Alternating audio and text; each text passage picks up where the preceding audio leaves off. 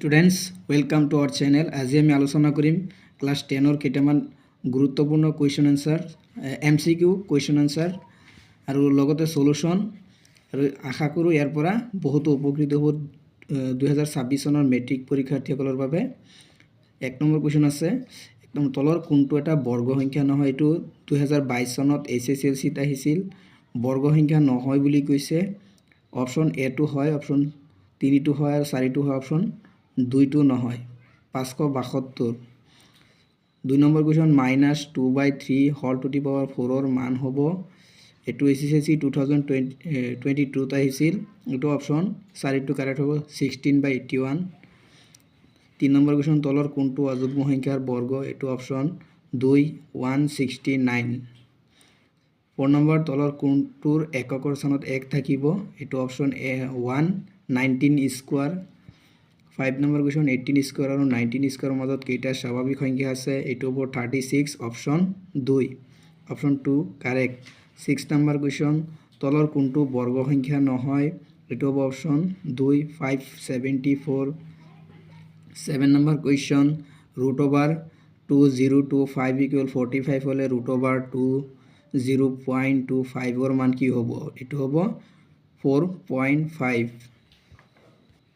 8 number question যদি P proportion Q আৰু PQ = 6 হ'লে Q = 30। এতিয়া P = 2 আৰু Q ৰ মান কিমান হ'ব। এইটো অপশ্যন 3 টো কাৰেক্ট 10। 9 নম্বৰ কুৱেশ্যন 1525 আটাইতকৈ সৰু কি সংখ্যাৰে পূৰণ কৰিলে এটা পূৰ্ণবৰ্গ সংখ্যা হ'ব বা বৰ্গ সংখ্যা হ'ব। এইটো অপশ্যন এইটো 1 নম্বৰটো কাৰেক্ট 61। 10 নম্বৰ কুৱেশ্যন তলৰ কোনটো সংখ্যাৰ ঘনকৰ এককৰ স্থানৰ অংক কি হ'ব। এইটো কুৱেশ্যনটো অলপ ভুল দিয়া আছে। 11 নম্বৰ কুৱেশ্যন 23 ঘনকৰ একক স্থানৰ অংকটো কি হ'ব। এইটো হ'ব 7। 12 নম্বৰ কুৱেশ্যন তলৰ কোনটো পূৰ্ণগণ সংখ্যা বা পূৰ্ণগণ। এইটো হ'ব 3 number 343।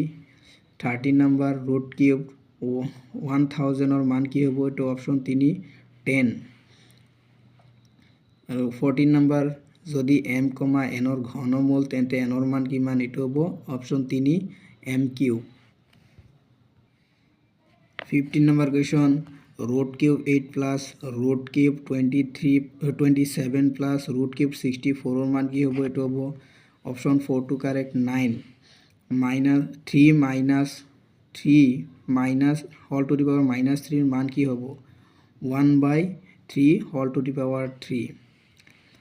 17 number question 2/3 whole to the power বা স্কোৱাৰৰ মান হ'ব 3/2 whole to the power -2। 18 number question -2/3 whole to the power 4 ৰ মান কি হ'ব। অপশ্যন 2 টো কাৰেক্ট হ'ব 16/81।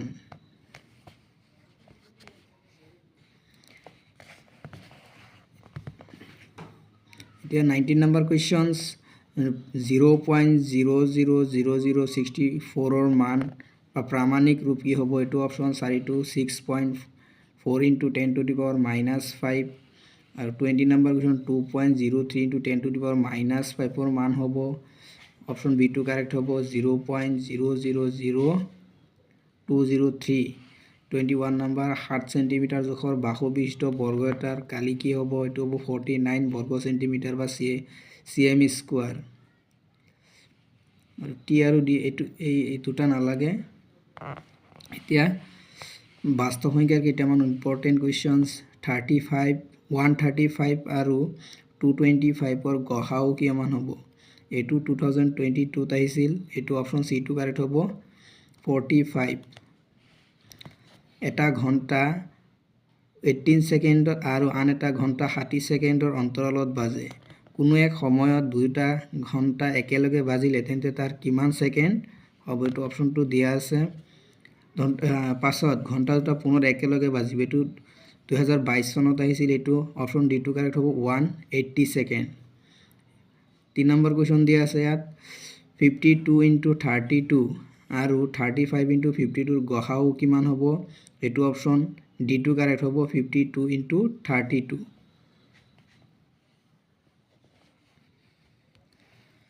4 নম্বৰ কুৱেশ্যন তলৰ কোনটো নিৰৱধি দশমিক এইটো 2019ত আহিছিল এইটো হ'ব অপশ্যন চি 64/455 5 নম্বৰ কুৱেশ্যন পৰিমেয় সংখ্যা 14,588 8/625 দশমিক প্ৰসাৰণ কোনটো দশমিক স্থানৰ পিছৰ শেষ হ'ব এইটো অপশ্যন চি 4 তলৰ কোনটো পৰিমেয় সংখ্যা এইটো 2018ত আহিছিল এইটো অপশ্যন ডি টু কাৰেক্ট হ'ব √3/√27 আটাইতকৈ সৰু যিটো সংখ্যাৰে 27ক পূৰণ কৰিলে এটা পৰিমেয় সংখ্যা পোৱা যাব সেই সংখ্যাটো কি হ'ব এইটো চি অপশ্যন চি টু হ'ব √20 নহয় √3 Number 8 43/2⁴ into 5⁵ পৰিমেয় সংখ্যাৰ দশমিক প্ৰসাৰণৰ দশমিক স্থানৰ পৰিসমাপ্তি হোৱাৰ স্থানৰ সংখ্যা কি হ'ব এইটো হ'ব অপশ্যন বি 4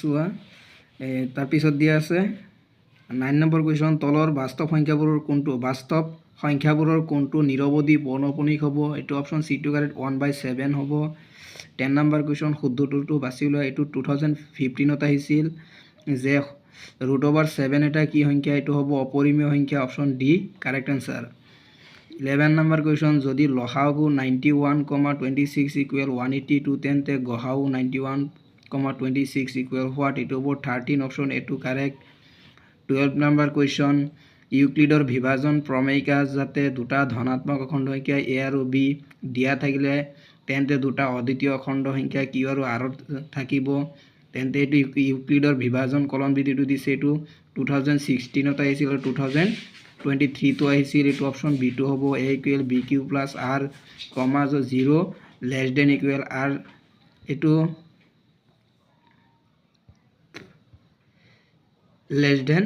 b এইটো অপশ্যন বি টু কাৰেক্ট হ'ব 13 নম্বৰটো চোৱা এইটো প্ৰথমে আলোচনা কৰি আহিছোঁ এতিয়া 14 নম্বৰ দিয়া আছে গসাগু 306,657 = 9 এতিয়া 306,357 লসাগু কিমান হ'ব এইটো হ'ব অপশ্যন 4 নম্বৰ 22,338 17 নম্বৰটো চোৱা ওপৰটো নালাগে এটা অপৰিমেয় সংখ্যা আৰু এটা পৰিমেয় আৰু অপৰিমেয় সংখ্যাৰ পূৰণফল কি হ'ব এইটো অপশ্যন বি অপৰিমেয় হ'ব এটা পৰিমেয় আৰু এটা অপৰিমেয় সংখ্যাৰ যোগফল হ'ব এইটো অপৰিমেয় হ'ব দুটা ভিন্ন অপৰিমেয় সংখ্যাৰ পূৰণফল কি সদায় অপৰিমেয় 20 নম্বৰ দুটা অপৰিমেয় সংখ্যাৰ যোগফল সদায় অপৰিমেয় হয় অপশ্যন হয় 21 নম্বৰ কুৱেশ্যন যদি বি = 3 হয় তেন্তে যিকোনো অখণ্ড সংখ্যা প্ৰকাশ কৰিবলৈ a = কি হ'ব এইটো হ'ব 3³ + 1, 3³ + 2 option A to correct 23 number কুৱেশ্যনটো চোৱা a = 0, 1, 3, 4 ... এই সংখ্যাটো কি সংহতিটো কি হ'ব এইটো পূৰ্ণ সংখ্যা শূন্যৰ পৰা যিবোৰ সংখ্যা আৰম্ভ 0, 1, 2, 3 এইবিলাকক পূৰ্ণ সংখ্যা বুলি কোৱা হয় আৰু 25 নম্বৰটো চোৱা দুটা সংখ্যা x আৰু y য'ত y x ৰ এটা গুণিতক ইয়াৰ লসাগু কি হ'ব লসাগু হ'ব y অপশ্যন বি টু কাৰেক্ট হ'ব